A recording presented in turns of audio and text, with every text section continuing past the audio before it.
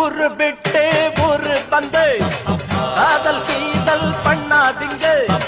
பேரு கெட்டு போனதுன்னா நம்ம பொழப்பு என்னாகுங்க. விட்டுடு தம்பி, இது வேணாம் தம்பி, இத்தனை பேரு வீடு உங்களை நம்பி. விட்டுடு தம்பி, இது வேணாம் தம்பி, இத்தனை பேரு வீடு உங்களை நம்பி. ஊரு விட்டு ஊரு வந்து காதல் சீதல் பண்ணாதீங்க.